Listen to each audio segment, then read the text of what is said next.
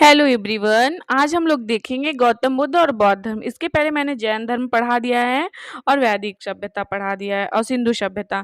ये टॉपिक मेरे कवर हो गए हैं। तो हम लोग अब प्राचीन इतिहास में ये गौतम बुद्ध और बौद्ध धर्म पढ़ेंगे। ये काफ़ी इंपॉर्टेंट है। मैं पूरा पहले ब्रीफ में इसको बताऊंगी, फिर लास्ट में इसका क्वेश्चंस भी कराऊंगी। जो सारे प्रीवियस ईयर क्वेश्चन है वो कराऊंगी। अगर आप किसी भी एग्जाम की प्रिपरेशन कर रहे हो तो ये काफ़ी इंपॉर्टेंट है। हिस्ट्री से इस टॉपिक से ज़रूर आता है, एंशिएंट से। तो फिर अब हम शुरू करते हैं बिना टाइम वेस्ट करें। गौतम बुद्ध और बौद्ध धर्म। गौतम बुद्ध का जन्म कपिलवस्तु के निकट लुम्बिनी में 563 ईसा पूर्व में हुआ था। गौतम बुद्ध का जन्म जो था कपिलवस्तु के निकट लुम्बिनी में 563 ईसा पूर्व में हुआ था। इनके पिता का नाम शुद्धोधन था, जो कि शाक्यगढ़ के प्रधान थे। इनके जो फादर थे, इनका नाम शुद्धोधन था, जो शाक्य वंश के थे। और माता महामाया देवी कौशल राज्य की कोली वंश की राजकुमारी थी। इनकी माता का नाम महामाया था। ये कौशल राज्य की कोली वंश की राजकुमारी थी। गौतम बुद्ध के बचपन का नाम सिद्धार्थ था। इनके बचपन का नाम जो था सिद्धार्थ था, जिसका अर्थ होता है जिसकी आकांक्षाएं पूरी हो जाएं। सिद्धार्थ का अर्थ होता है जिसकी आकांक्षाएं पूरी हो जाएं। आकांक्षा मतलब होता है इच्छाएं। गौतम बुद्ध को लाइट ऑफ एशिया भी कहा जाता है। गौतम बुद्ध को लाइट ऑफ एशिया भी कहा जाता है। बुद्ध जी के जन्म के एक सप्ताह पश्चात इनकी माता माया देवी की मृत्यु हो गई थी।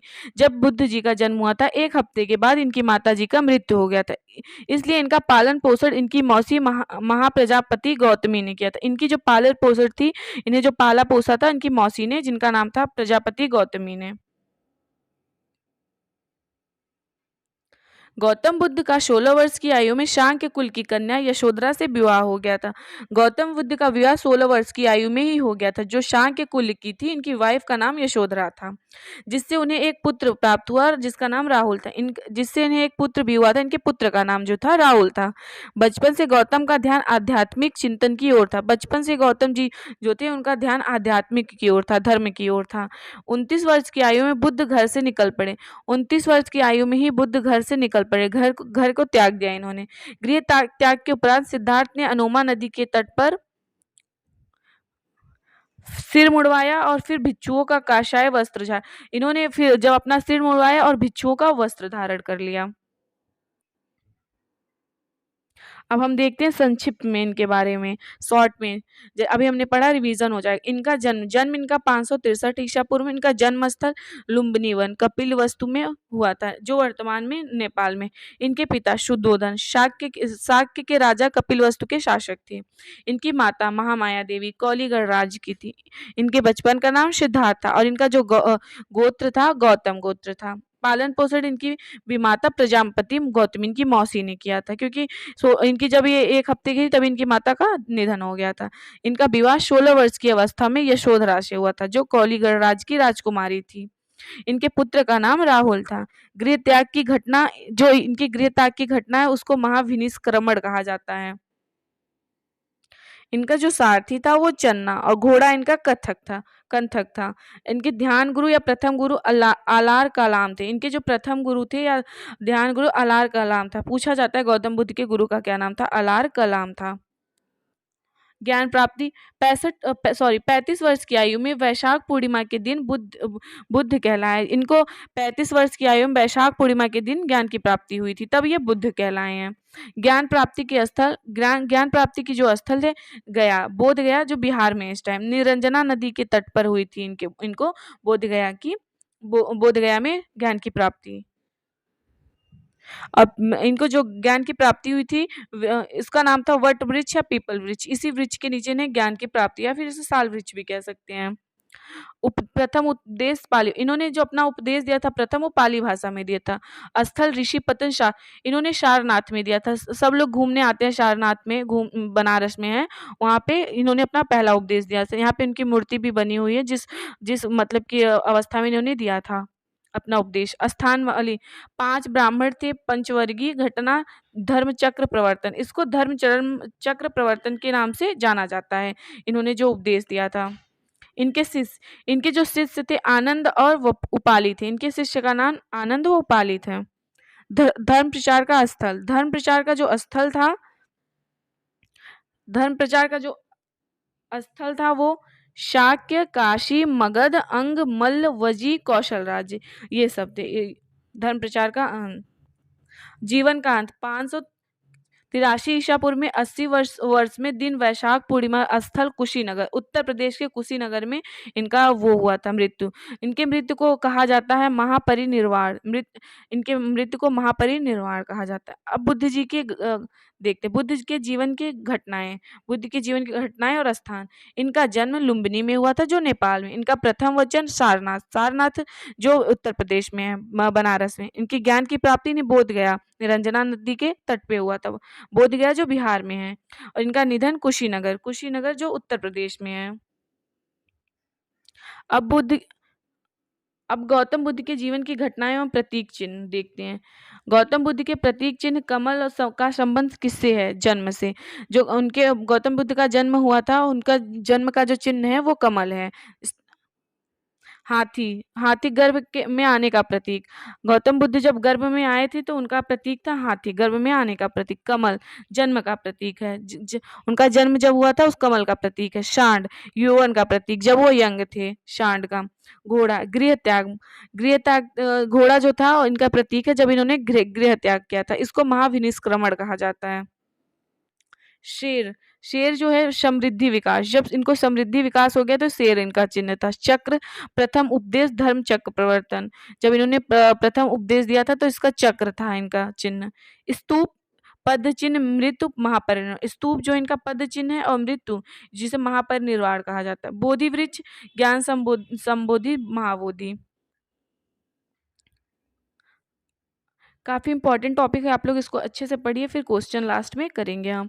7 वर्षों तक भटकते भटकते रहने तथा 6 वर्षों की कठोर तपस्या के बाद गौतम बुद्ध सर्वप्रथम वैशाली के समीप अलार कलाम सांख्य दर्शन के आचार्य नामक सन्यासी के आश्रम में आए। 7 वर्ष तक ये जब भटकते रहे, 6 वर्ष की कठोर तपस्या के बाद गौतम बुद्ध सर्वप्रथम वैशाली के समीप अलार कलाम जो थे इनके गुरु उनके पास आए। इसके उपरांत वे उर्वेला बोध गया के लिए प्रस्थान किए, जहाँ उन्हें कौंडिन्य सहित 5 साधक मिले थे। 35 वर्ष की आयु में बोध गया में वैशाख पूर्णिमा की एक रात पीपल के वृक्ष के नीचे पुनपुन नदी, जिसको निरंजना के तट पर सिद्धार्थ को ज्ञान की प्राप्ति हुई। इनको 35 वर्ष की आयु में ज्ञान की प्राप्ति जो निरंजना नदी के तट पे हुई, पीपल वृक्ष के नीचे। ज्ञान प्राप्ति के बाद गौतम बुद्ध के नाम से प्रसिद्ध हुए। जब इन्हें ज्ञान की प्राप्ति हो गई है तब ये गौतम बुद्ध के नाम से प्रसिद्ध हुए हैं।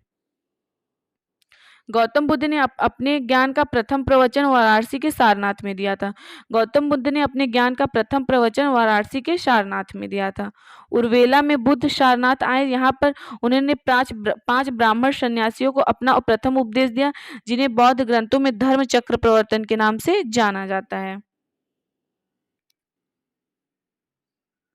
महात्मा बुद्ध ने तपस्या एवं मल्लिक नामक 2 शूद्र को बौद्ध धर्म का सर्वप्रथम अनुयायी बनाया था। इनके जो बौद्ध धर्म के सर्वप्रथम 2 अनुयायी थे, शूद्र थे, उनका नाम था तपस्या और मल्लिक। बुद्ध ने अपने जीवन के सर्वाधिक उपदेश कौशल देश की राजधानी श्रावस्ती में दिया था। बुद्ध ने अपना सर्वाधिक उपदेश कौशल देश की राजधानी श्रावस्ती में दिया था। उन्होंने मगध को अपना प्रचार केंद्र बनाया। उन्होंने मगध को ही अपना प्रचार का केंद्र बनाया था। उनकी धर्म प्रचार के कार्यों में ऊंच नीच, अमीर गरीब और स्त्री पुरुष के बीच कोई भेदभाव नहीं रहता था। उनके धर्म प्रचार में ऊंच नीच का कोई वो नहीं रहता था। अमीर गरीब सब आ सकते थे, चाहे मेल हो चाहे फीमेल हो, वो सब आते थे, कोई भेदभाव नहीं होता था। बुद्ध के प्रथम शिष्य उपाली व आनंद थे। इनके प्रथम जो शिष्य थे उपाली व आनंद थे।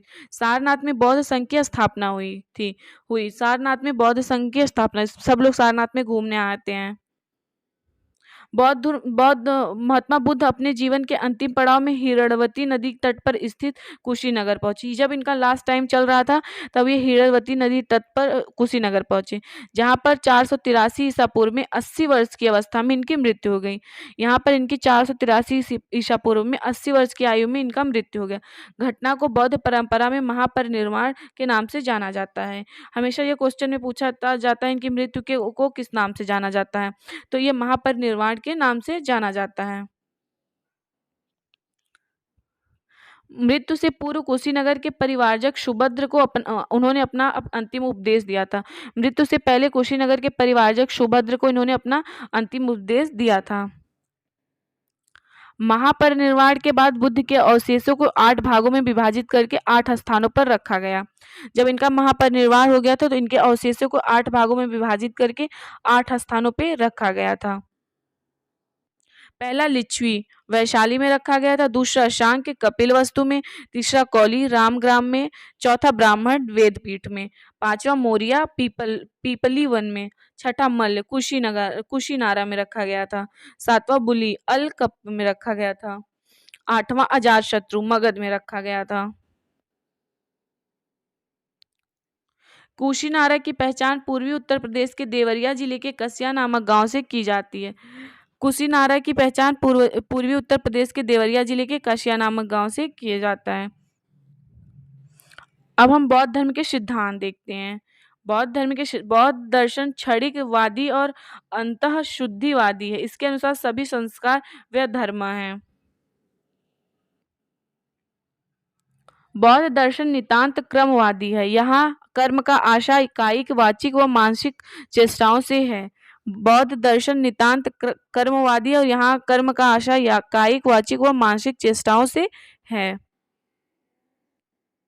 बौद्ध दर्शन अनिश्वरवादी है और बौद्ध धर्म में पुनर्जन्म का विश्वास, मतलब बौद्ध धर्म में पुनर्जन्म का विश्वास माना गया है। महात्मा बुद्ध के अनुसार संसार दुखमय है और लोग केवल काम, इच्छा, लालसा के कारण दुख पाते हैं। इनके अनुसार संसार दुखमय है, लोग अपने काम और इच्छा के लालसा के कारण दुख पाते हैं। अब लोग हम बुद्ध के बारे में हम लोग विशेष देख रहे थे। बुद्ध का जन्म, ज्ञान प्राप्ति व महापरिनिर्वाण तीनों बैसाखी पूर्णिमा के दिन ही हुआ था। इसलिए बैसाख पूर्णिमा को बौद्ध पूर्णिमा के रूप में माना जाता है। बैसाख पूर्णिमा को हम लोग बौद्ध पूर्णिमा के रूप में जानते हैं क्योंकि उनका जन्म भी बैसाखी पूर्णिमा के दिन हुआ था, ज्ञान प्राप्ति भी बैसाखी पूर्णिमा के दिन हुआ था और इनकी मृत्यु भी बैसाखी पूर्णिमा के दिन ही हुआ था। आर्य सत्य। अब हम लोग देखते हैं बुद्ध के आर्य सत्य। पहला दुख, दूसरा दुख समुदाय, तीसरा दुख निरोध, चौथा जो है दुख निरोध गामिनी प्रतिपदा। गौतम बुद्ध ने दुख की निवृत्ति के लिए अष्टांगिक मार्ग का उपाय बताया है। अब हम लोग देखते हैं अष्टांगिक।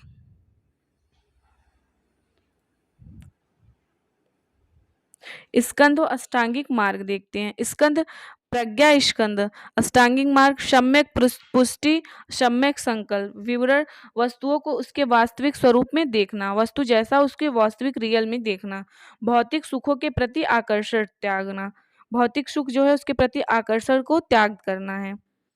दूसरा है शील स्कंद और इसका सम्यक वाक, सम्यक कर्मान, सम्यक जीविका, सदा सच बोलने वाला, सदा सत्य कर्म करना, सदाचार पूर्वक आजीविका अर्जित करना।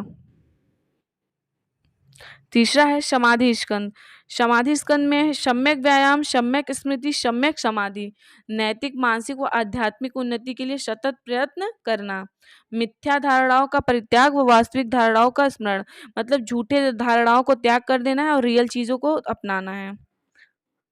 और सम्यक समाधि जो 8वां है, सम्यक समाधि मन की एकाग्रता, मन को एकाग्र करो, प्रभु के मन में लगाओ। अगला बौद्ध आचार संहिता के मुख्य नियम। इसके मुख्य नियम जो 5 थे। पराये धन का लोभ नहीं करना है, कोई भी धन हो जो पराया है उसका लोभ नहीं करना है, हिंसा नहीं करना है, मारपीट नहीं करना है, नशे का सेवन ना करना है, नशे का सेवन नहीं करना है, झूठ नहीं बोलना है, झूठ एकदम नहीं बोलना और दुराचार से दूर रहना है, दुराचार से गलत चीजों से दूर रहना है। अब बौद्ध संगीतियाँ देख लेते हैं जो काफी इंपॉर्टेंट है। पूछता है बौद्ध संगीति कहाँ कब हुई थी और किसके शासनकाल में हुई थी। पहला जो प्रथम बौद्ध समिति 483 ईसा पूर्व स्थान राजगृह में हुआ था। इसके जो अध्यक्ष थे महाकश्यप थे, अजातशत्रु के शासन काल में हुआ था। दूसरा द्वितीय जो था 383 ईसा पूर्व में हुआ था, वैशाली में हुआ था। इसके अध्यक्ष साबक मीर थे और ये कालाशोक के टाइम में हुआ था। और तीसरा जो था 250 ईसा पूर्व में हुआ था, पाटलिपुत्र में हुआ था और इसके अध्यक्ष मोगलीपुत्र तिष्य थे और इसके ये अशोक के शासन काल में हुआ था। अशोक ने भी बौद्ध धर्म को अपनाया था। चतुर्थ जो था 98 ईसा पूर्व में थे, कुंडल वन में हुआ था। कश्मीर, कुंडल वन के कश्मीर में होता, और उसके अध्यक्ष वसुमित्र थे, और शासनकाल कनिष्क का शासनकाल था। बौद्ध धर्म ईश्वर और आत्मा को नहीं मानता है। बौद्ध धर्म जो था ईश्वर और आत्मा को नहीं मानता है। इसे विशेष रूप से निम्न वर्गों का समर्थन प्राप्त हुआ है। इसे विशेष रूप से निम्न वर्गों का समर्थन प्राप्त हुआ है, क्योंकि इसमें वर्ण व्यवस्था की निंदा की गई। इसमें वर्ण व्यवस्था की निंदा की, मतलब इसमें सबको समान वो मिला है, कोई भेदभाव नहीं हुआ है। बौद्ध धर्म में दिवालिया, दासों और ऋण ना चुका पाने वाले संघ में प्रवेश वर्जित होता था।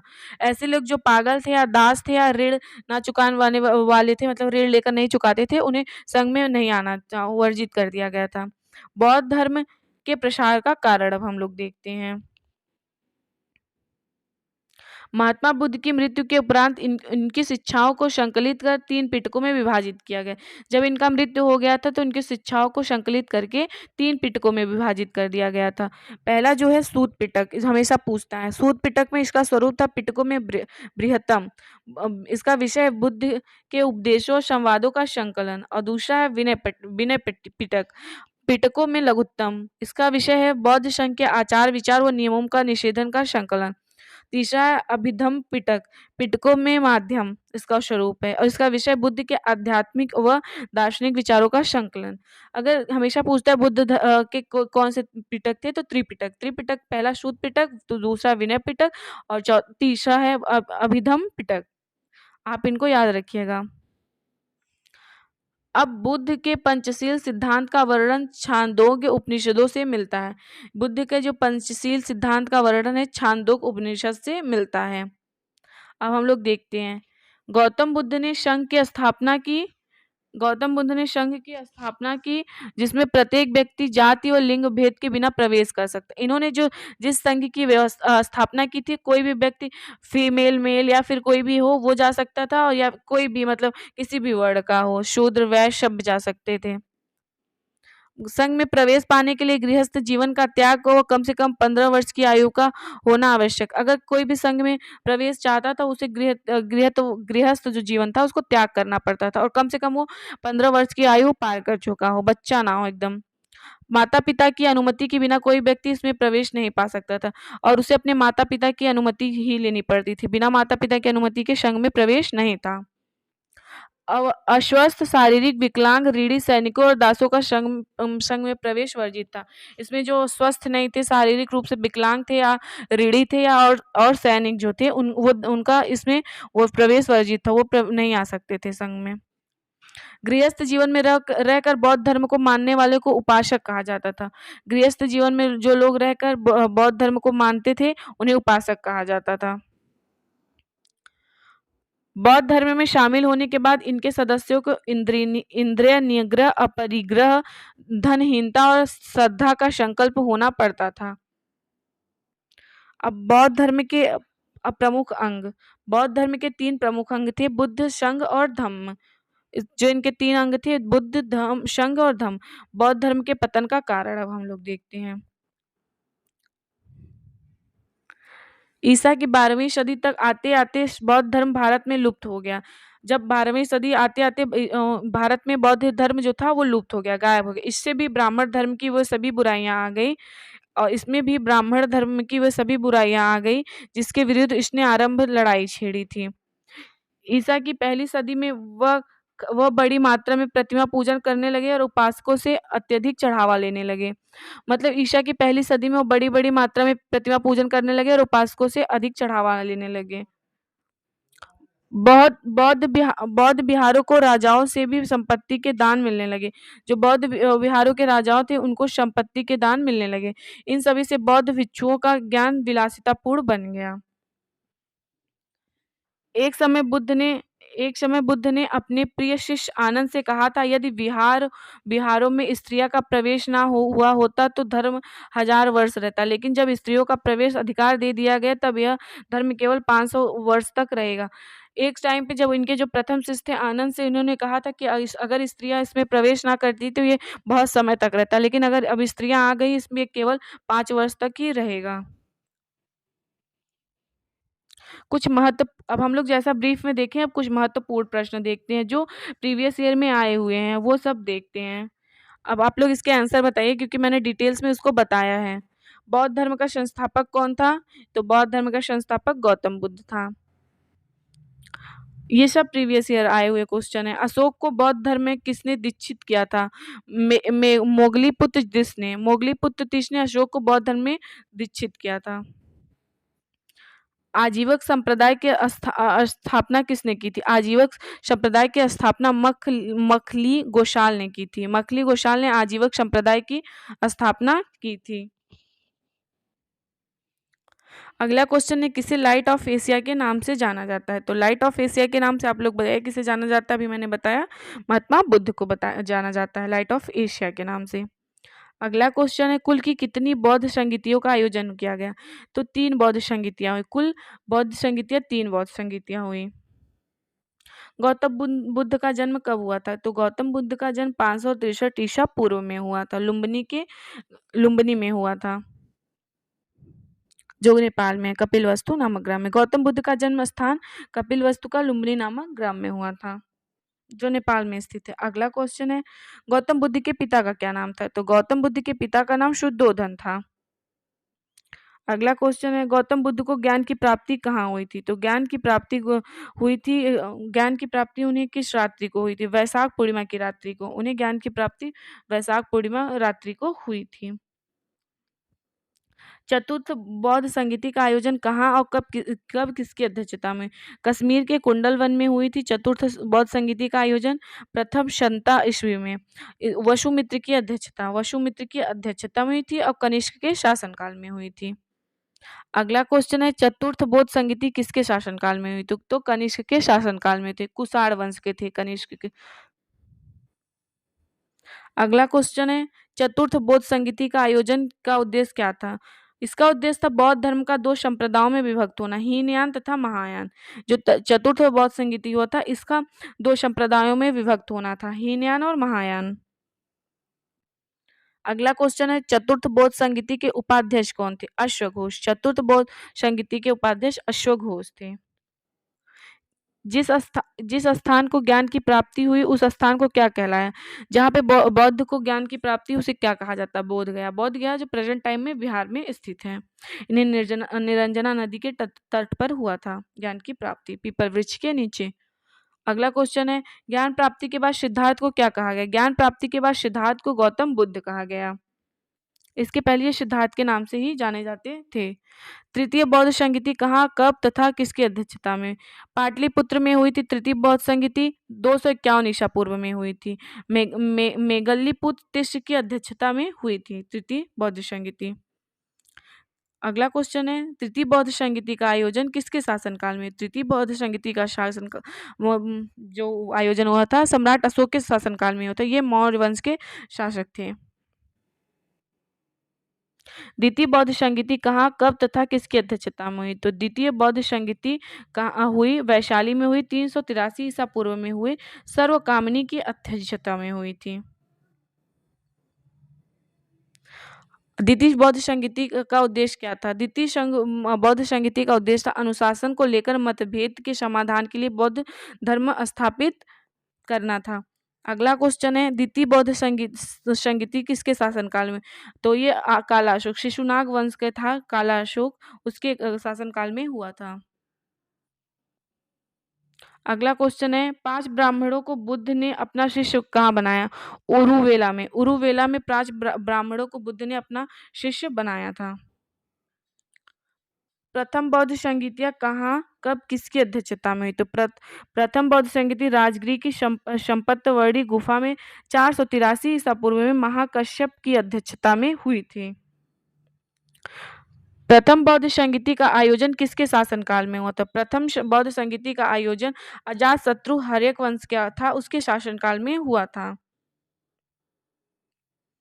अगला क्वेश्चन है, प्रथम बौद्ध संगीति का उद्देश्य क्या था? प्रथम बौद्ध संगीति बुद्ध के उपदेश के 2 पुटकों विनय पिटक तथा सूत पिटक में संकलित करना था। 2 पिटक होगा यहाँ पिटकों की जगह।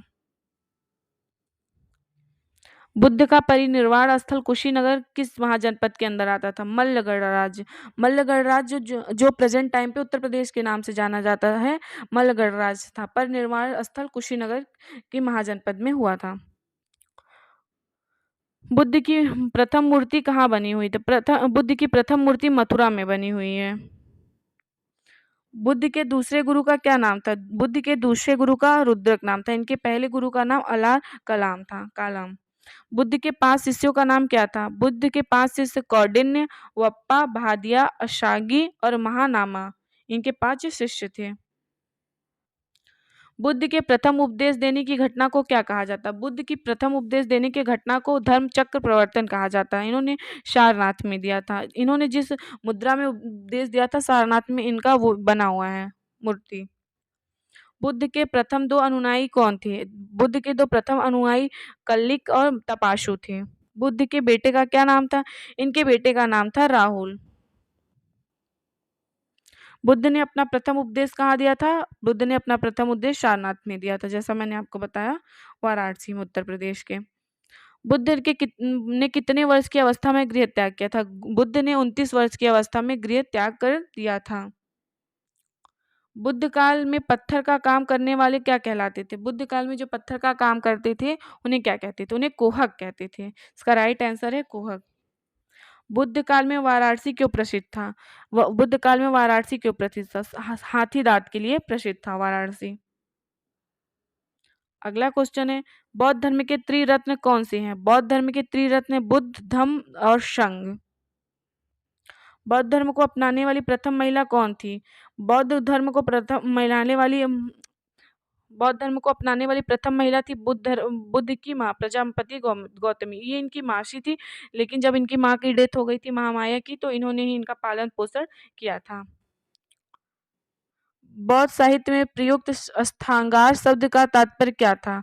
इसका तात्पर्य था राज्य संचालन के लिए गठित परिषद। अगला क्वेश्चन है, भारत से बाहर बौद्ध धर्म को फैलाने वाले सम्राट कौन थे? सम्राट अशोक थे। सम्राट अशोक अपने बेटे और बेटी को श्रीलंका में भेज दिए थे बौद्ध धर्म को फैलाने के लिए।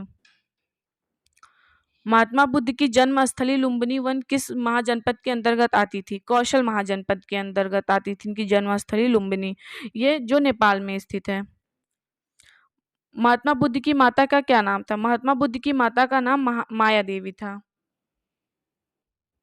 महात्मा बुद्ध की सौतेली माता का क्या नाम था? प्रजापति गौतमी। ये इनकी मासी थी। अगला क्वेश्चन है, महात्मा बुद्ध के गृह त्याग की घटना क्या कहलाती है? महात्मा बुद्ध जब अपने घर छोड़ दिए थे, ये घटना कहलाती है महाविष्णुक्रमण।